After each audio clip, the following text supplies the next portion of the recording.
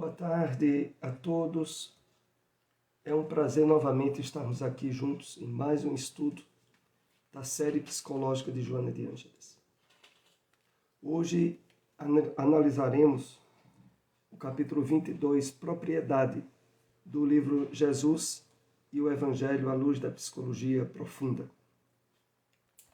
E vamos aqui para a nossa introdução, que é sempre comentário de uma mensagem de Emmanuel. Essa extraída do livro Cartas de Paulo, comentadas por Emmanuel, Cartas aos Gálatas, capítulo 6, versículo 7, que diz a nós, aqui é uma síntese de um dos parágrafos: todo dia é tempo de semear, todo dia é tempo de colher. Não é preciso atravessar a sombra do túmulo para encontrar a justiça face a face. Nos princípios de causa e efeito, achamos-nos incessantemente sob a orientação dela em todos os instantes de nossa vida.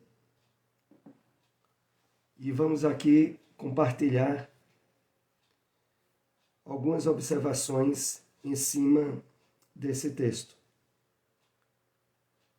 Primeiro de tudo, a importância que a doutrina espírita dá ao momento em que nós estamos vivendo. A nossa presente encarnação.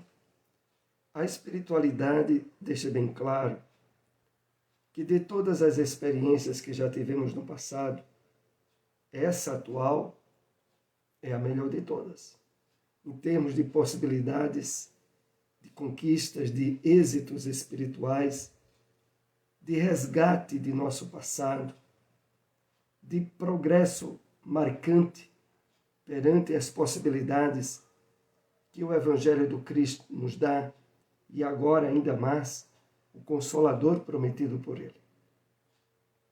Então, o dia de hoje, o tempo presente, a encarnação atual é muito importante.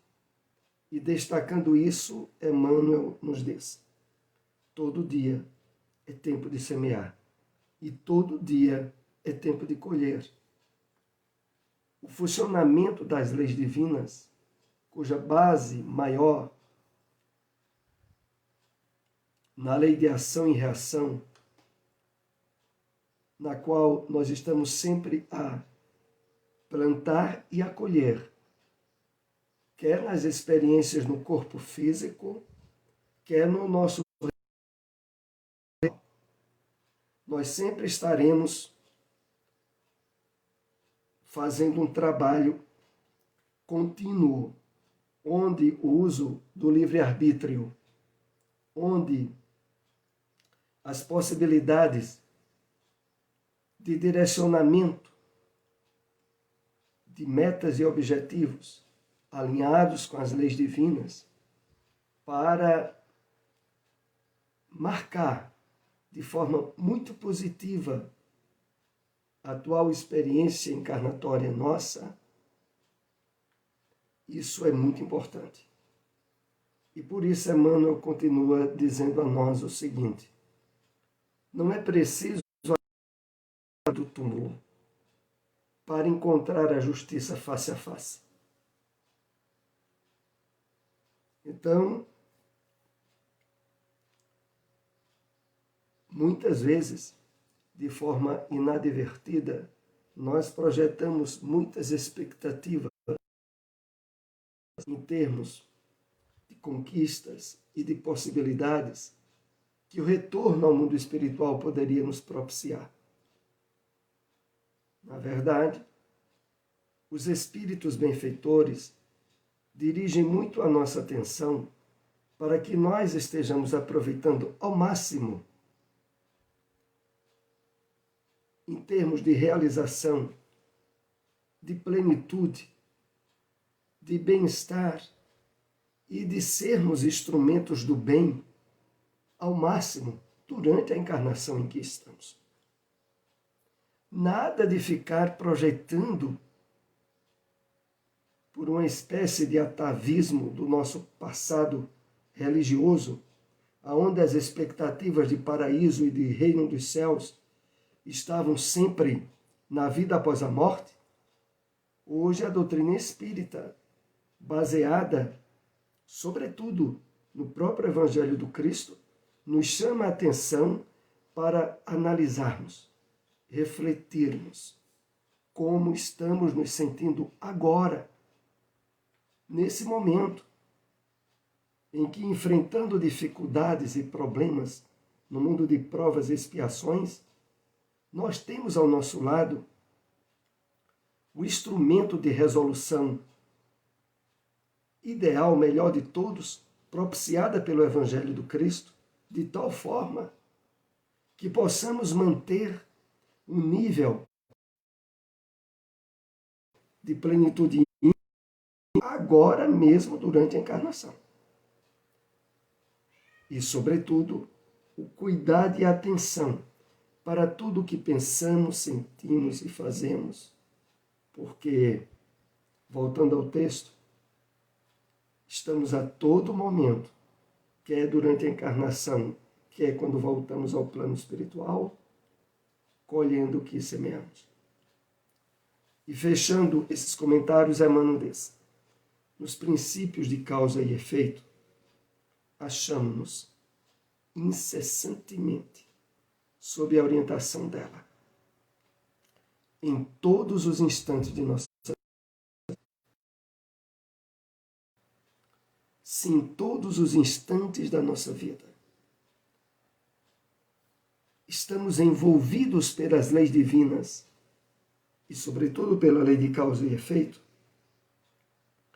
Como estamos percebendo as nossas atitudes hoje? Qual o nível de paz, de equilíbrio íntimo que já conseguimos usufruir face tantas benesses que a doutrina espírita nos tem dado?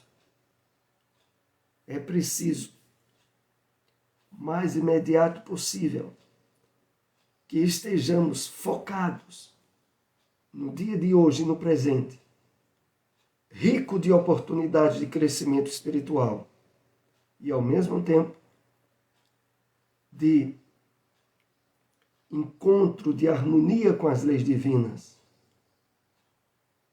de paz íntima, de satisfação espiritual. E assim nós hoje iremos trabalhar o tema propriedade, sob a luz da psicologia profunda. É uma mensagem de Joana, estabelecida no comentário do Evangelho segundo o Espiritismo, capítulo 16. E vamos agora ao estudo. E começa a nos dizer o seguinte, Joana, preparando o tema, que eu quero lembrar o enfoque, que sempre é muito presente nesses capítulos do livro Jesus e o Evangelho à luz da psicologia profunda. É que nos primeiros parágrafos há toda uma preparação de uma forma generalizada para tratar da temática específica do capítulo. Então, nos primeiros slides aqui, há uma espécie assim de preparação do terreno para depois entrarmos no tema exatamente sob a luz da psicologia profunda. Então, Joana começa dizendo a nós: o homem, na perspectiva da psicologia profunda, é um ser real, estruturalmente parafísico, revestido de corpo somático, que lhe permite o processo de construção de valores ético-morais, aquisições espirituais que o tornam pleno. Há 2 pontos principais aqui para nós compartilharmos algumas observações. Primeiro, quando Joana diz o seguinte, que o homem, na perspectiva da psicologia profunda, é um ser real. E alguém lendo a obra poderia dizer, mas e poderia não ser? Exatamente. O ser humano, à luz do materialismo, à luz dessa filosofia imediatista que envolve atualmente toda a Terra. O homem é um agregado de células, de ossos, de nervos, condenado a uma existência curta, cujo final inevitável é o túmulo. Na visão do materialismo, se nós formos apertar bem, o homem não seria nada. Mas aqui, tratando do tema sobre o enfoque do espiritismo e da psicologia profunda, o homem é um ser real.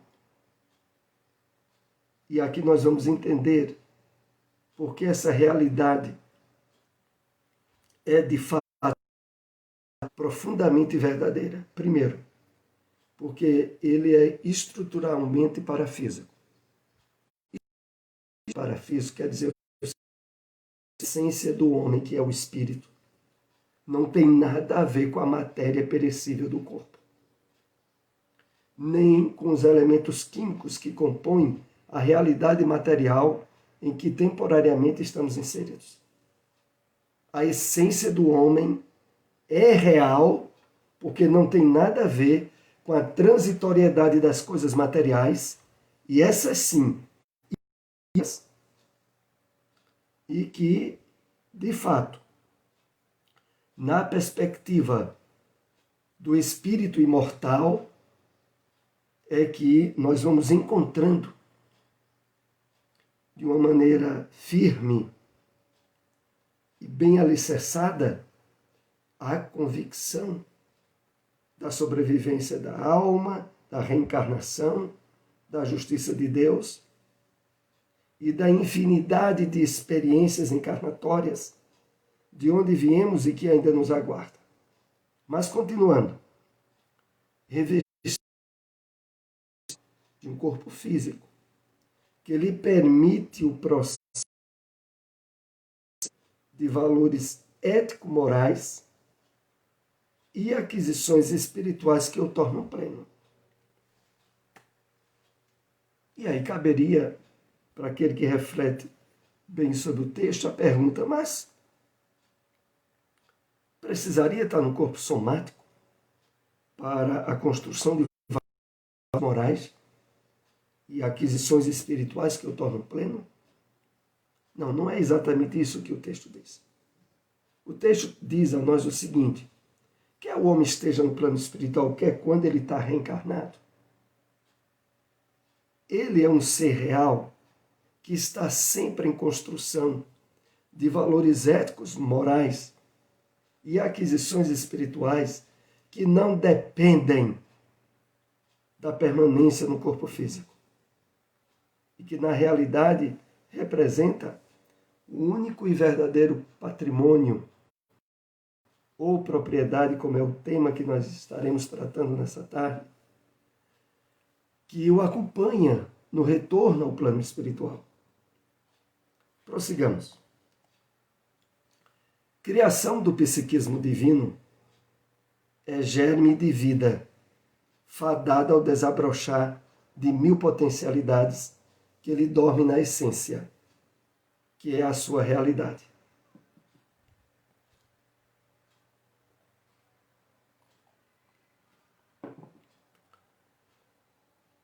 Quando somos direcionados a esse entendimento de que em nós há um germe de vida fadado ao desabrochar de potencialidades que dorme na nossa essência, nós lembramos daquela mensagem de Joana, no livro Filho de Deus, o teu Cristo. Possuis o Cristo interno poderoso que é teu, mas o mantens manietado sem lhe ofereceres possibilidades. E a mensagem se desdobra, evidenciando que em nós há todo o potencial divino, o crístico, em germe, e que na medida em que estabelecemos um compromisso de esforço, de maturidade espiritual, de sensibilidade ao bem e às leis divinas, esses germes vão desenvolvendo-se de uma forma mais eficaz e vindo a expressar, desde que assim nós venhamos a possibilitar, a essência divina que todos nós trazemos. Cada etapa do desenvolvimento emocional e moral rompe-lhe envoltórios grosseiros que resguardam os tesouros luz que ele cumpre desvelar. Então, há um processo, etapa a etapa, do desenvolvimento emocional e moral nosso, que na medida em que vai se estabelecendo e acontecendo, rompe. Podemos entender aqui esses envoltórios grosseiros, inclusive, como a casca, a sombra, os aspectos que obscurecem a nossa e que foram estabelecidos pelos desequilíbrios morais e espirituais do nosso passado. Mas na medida em que essas sombras vão sendo rompidas, esses tesouros, luz, começam, de fato, a se desvelarem, a se mostrarem. E isso, toda criatura humana está fadada a acontecer, invariavelmente. Mergulhando no corpo e dele saindo, sempre com as conquistas adquiridas que lhe servem de investimento para experiências mais audaciosas, o self se desnovela dos impositivos do ego. Começamos agora aqui e adentrando ao tema especificamente, o tema propriedade.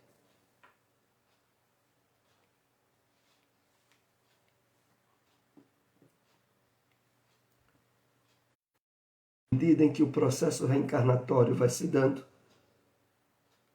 e vai sendo adquirido conquistas de valor emocional, espiritual, que vão lhe servindo de investimento. Vejam só, é as conquistas de valores morais e espirituais que, de fato, estabelecem como propriedade adquirida pelo Espírito e que vão servir para ele de um investimento para experiências mais audaciosas em encarnações futuras, aonde o self se desnovela dos impositivos do ego. Vamos entender essa última parte. O self profundo é o nosso si, é aquela parte mais íntima em nós, aonde jazem as sementes que nos identificam com o Criador. Então, no íntimo do nosso espírito, esse self vai desabrochando, desnovelando, à medida que vamos superando os impositivos do ego. Os impositivos do ego guardam um pesado fardo vibratório, estabelecido desde os primórdios das nossas reencarnações, e que prendem o espírito desnecessariamente ao império dos instintos, os desequilíbrios morais e os vícios não deveriam ter mais campo de voz, mas, face o desconhecimento da sua verdadeira natureza, normalmente o homem passa muito tempo, mesmo que em sofrimentos e em desequilíbrios vários, sem querer largar as utopias e as ilusões que esse ego projetou na sua experiência encarnatória. Mas à medida em que chega dor, chega imposições difíceis, principalmente no mundo de provas e expiações, em que o espírito começa, num processo natural, a ir se sensibilizando em termos de emoções e de sentimentos, e a busca de uma ligação com o eu superior, naturalmente começa a ocorrer. É essa fase em que o self vai se desnovelando, vai se libertando. Prossigamos. Por instinto de conservação da vida, apega-se aos recursos que lhe passam pelo caminho, afetivos, emocionais, materiais, e sem as reservas morais suficientes, submete-se-lhes, escravizando-se. Então, enquanto esse self ainda não logrou desabrochar, o homem tem toda a sua atenção voltada para a satisfação dos seus instintos e, consequentemente, ao apego aos valores transitórios do mundo material.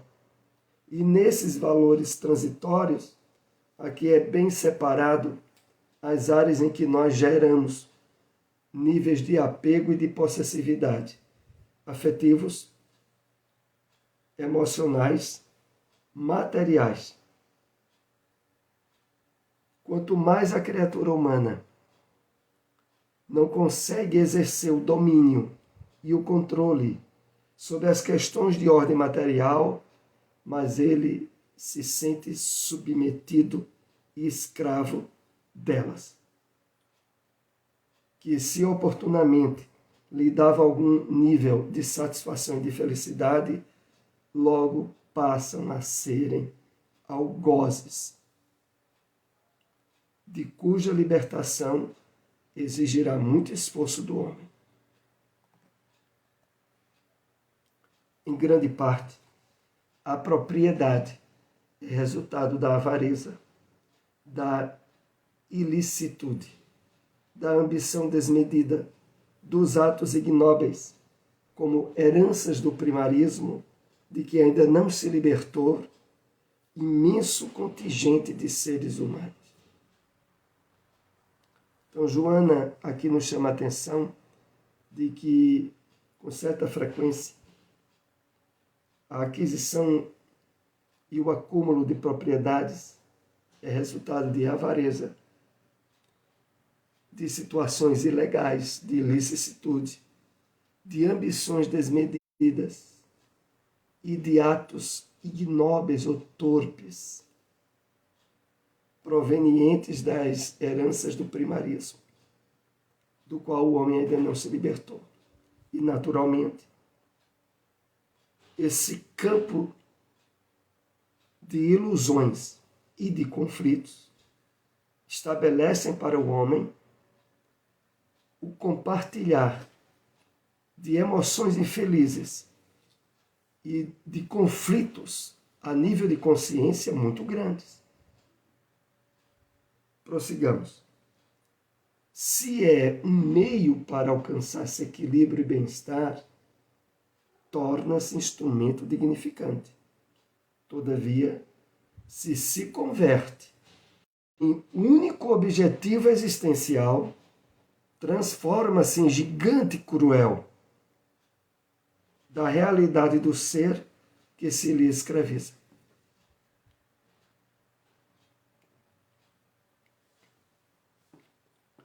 E aí onde está uma das grandes causas de sofrimento de boa parte da humanidade, envolta no clima de matéria, de busca excessiva de apego e de possessividade, direcionando quase que de uma forma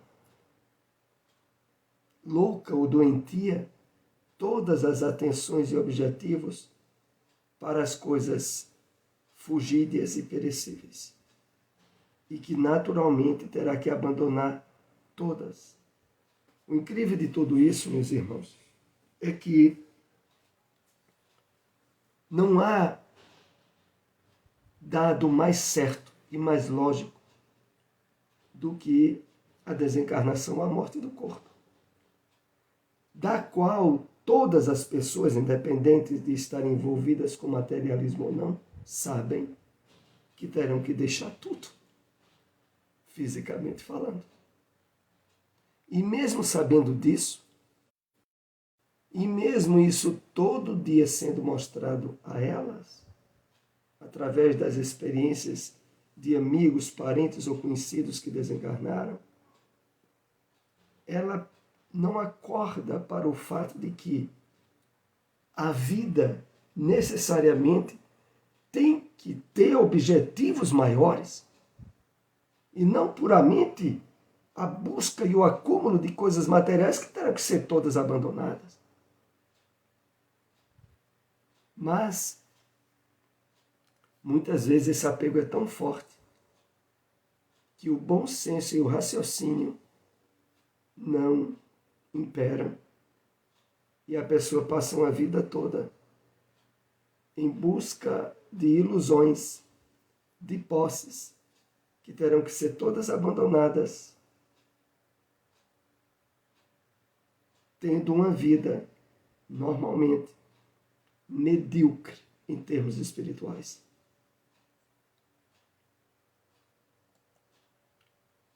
O homem, Jesus, sabia. E esse que não se pode servir simultaneamente a dois senhores, com a mesma dedicação, que podem ser também como a realidade do si e o capricho do ego. Que nós começamos a entender as parábolas do Cristo sob a luz da psicologia profunda. Então, não se pode servir a Deus e a Mamon, não se pode servir aos valores espirituais e às coisas materiais. São as deduções mais imediatas que se tem. Mas agora aqui nós vamos tratar de uma outra dedução. Podem ser também interpretadas como a realidade do si e o capricho do ego. Então aqui nós podemos entender o seguinte: a ilusão da posse e o exagero da busca de acumular bens e propriedades é um reflexo natural do egoísmo, da egolatria, do ego, que busca, de uma forma insaciável, transferir para a criatura humana segurança e estabilidade por aquilo que, na verdade, não oferece estabilidade nenhuma. Por outro lado, servir a Deus, que é buscar e a vivência da experiência encarnatória sob a luz da espiritualidade profunda, do despertamento do eu, da realidade do si, é a proposta que nós temos aqui compartilhado. Depois de milênios em que não demos atenção nenhuma aos valores espirituais profundos que jazem no nosso ser, agora, através e desses diálogos que estamos tendo aqui sob a psicologia espírita, percebemos que é chegado o momento de mudarmos a estrutura desse jogo. Já basta de tanta caminhada atrás de ilusões. Agora nós somos chamados a um novo caminho, ao caminho do despertamento espiritual profundo, da realidade do si, ou do self, ou do eu profundo. E nessa busca, que agora se torna possível, foi necessário, até mesmo imprescindível, termos recebido primeiramente as bênçãos da revelação espírita. Mas a perspectiva da vida do ponto de vista espiritual. E agora, associada à psicologia de Joana de Ângeles, nós somos chamados a entender que a proposta da vivência do bem, do amor, da caridade, colocada pelo Cristo, só encontra possibilidade real à medida em que nós atuamos na vida com a consciência do eu profundo sendo trabalhada e despertada, para que os nossos atos e ações não sejam engolidos por atitudes, às vezes, disfarçadas do nosso ego, do nosso orgulho ou da nossa vaidade. O que muitas vezes ainda vive no próprio meio espírita. Para que as nossas ações de caridade, de solidariedade, de vivência das virtudes que o Evangelho propõe, para que elas aconteçam na essência para a qual o Cristo propôs, é necessário estarmos trabalhando o despertamento do eu profundo. E aqui é importante esse despertamento é conseguirmos, através da meditação, da prece, da comunhão dos valores espirituais que agora temos recebido com a psicologia espírita, de percebermos as armadilhas sutis da vaidade, do orgulho, da prepotência, que muitas vezes permeia os nossos esforços de ação na caridade e faz com que, isso acontece inclusive muito no meio espírita, há pessoas que, por exemplo, envolvem-se num trabalho de solidariedade, como a campanha do quilo,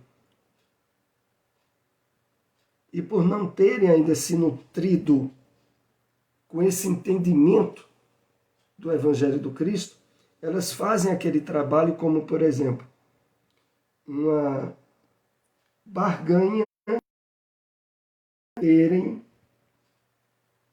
no plano espiritual o reconhecimento por aquela atividade que fizeram. Ou a barganha de que, daquela forma, as questões espirituais obsessivas estarão resolvidas. Na verdade, a essência da caridade, como é proposta pelo Evangelho do Cristo, ela por si só já é para fornecer plenitude à pessoa. Então, vai para a campanha do quilo, vai para a ação de caridade, pulando de alegria íntima. Porque aquilo para ela, por si só, é sentir-se feliz. Não é por possibilidades que naturalmente podem advir ou não. Não há dúvida que as ações do bem e da caridade afastam espíritos obsessores.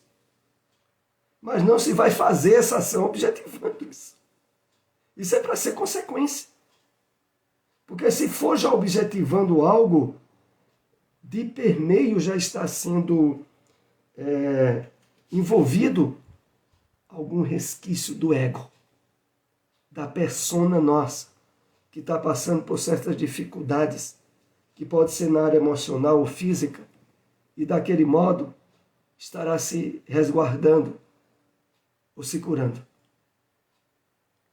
Então é isso que é a prática da caridade e do amor à luz da psicologia profunda, aonde todas as ações nossas, por exemplo, pode ser inclusive aquela de estudarmos, por exemplo, uma obra espírita, doutrinária, rica de valores morais, e que vão não só nos ajudar, vão ajudar também os espíritos desencarnados em necessidade ligados a nós. Mas vejam um detalhe sutil.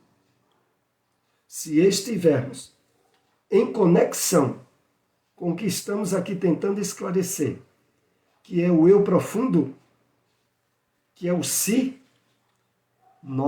vejam um detalhe, quando nós nos envolvemos ali com a leitura, quando estamos ali nos envolvendo naquele texto, aquilo por si só já é para nos dar uma felicidade, uma paz interior, que é o verdadeiro presente. Claro que terá as consequências de ajudar espíritos, é consequência, não é para ser objetivo em si. É esse o diferencial. Porque quando a gente vai em qualquer atitude com metas e objetivos, o eu está presente. O ego está presente. E mesmo sendo ações de caridade ou espirituais, perdem um pouco da profundidade que poderíamos receber se esse ego tivesse sido colocado de lado e o si, ou o eu profundo, estivesse mais atuante. É esse o sentido. O primeiro, vejam, voltando aqui, o primeiro é o si, que o texto em seguida diz. O primeiro é permanente. O outro, que é o do ego, transitório. Enquanto necessita de previdência e equilíbrio para o engrandecimento e a conquista de mais altos patamares, o outro permanece mesquinho e diminuto, comprazendo-se no imediatismo. Então o si, o eu profundo, o self, ele necessita de previdência e equilíbrio para o engrandecimento. E aqui quando fala de conquista de mais altos patamares, é uma referência quase que literal ao fato de que, na medida em que abrimos-nos mais ao despertamento do self, passamos a interagir com a espiritualidade mais elevada. Conquista de mais altos patamares. Conquista em termos de sintonia, de relacionamento com os espíritos, que na medida em que nós oferecemos mais possibilidades qualificáveis da vivência do bem, vem atuar junto a nós e vem nos utilizar como instrumentos. Esse é o penúltimo slide do nosso estudo de hoje. Os valores que jamais se perdem são as conquistas elegidas pela razão e pela emoção, que não se transferem de mãos, constituindo fonte incessante de enriquecimento interior. Chegando aqui próximo ao término desse nosso tema, e que vejamos bem, o tema é propriedade, bens materiais. Mas aqui é uma análise toda ela no enfoque da psicologia profunda. E aqui Joana diz, os valores que jamais se perdem são as conquistas elegidas pela razão e pela emoção, que não se transferem de mãos. Nós sabemos disso. Esses valores estão nas virtudes de esclarecimento espiritual, mental, que estejamos fazendo, através do conhecimento profundo da realidade espiritual da vida, que não se transferem de mãos, não perdem a atualidade. e o que é mais importante, constitui o verdadeiro enriquecimento interior. Fonte incessante desse enriquecimento. Quando nós estamos, de fato, bem conscientizados dessa realidade, podemos adquirir, por exemplo, uma obra espírita de um médium mais conhecido, Chico Xavier, Divaldo Franco, Ivone Pereira. Nós podemos pegar uma obra mediúnica de um desses médiuns como sendo de um valor incalculável, porque não se mede com dinheiro perecível. A medida é com os valores de virtude que aquele livro está nos comunicando e que nós iremos comungar daquelas ideias ao ler a obra. Então, para o espírita que está bem conscientizado, uma obra espírita, de fato, não é para estar se medindo no valor, porque o valor dela transcende as questões materiais. E ali nós estaremos absorvendo propriedades que irão permanecer conosco ao retornarmos ao plano espiritual e também mais adiante, para que precisarmos voltar. Em um estudo profundo da consciência humana, na sua e em todas as épocas, o Mestre Jesus foi de uma clareza incomparável, estabelecendo que não podeis servir simultaneamente a Deus e a Mamon. Vamos analisar aqui esse último slide para concluir o nosso estudo. Então, a consciência humana na sua e em todas as épocas.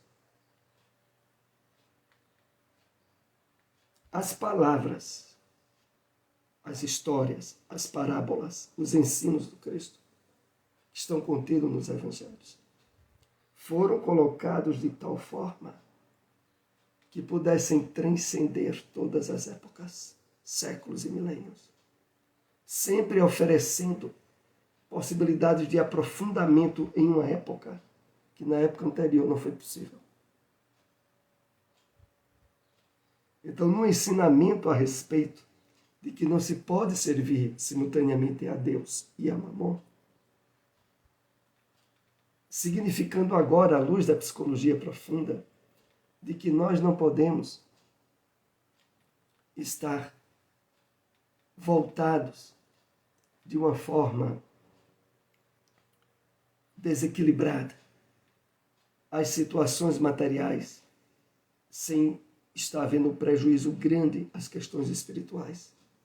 E que, na verdade, o ponto de equilíbrio da balança, de fato, só é estabelecido quando, primeiramente, nós analisamos e damos prioridade aos valores espirituais, para em seguida dar aos materiais.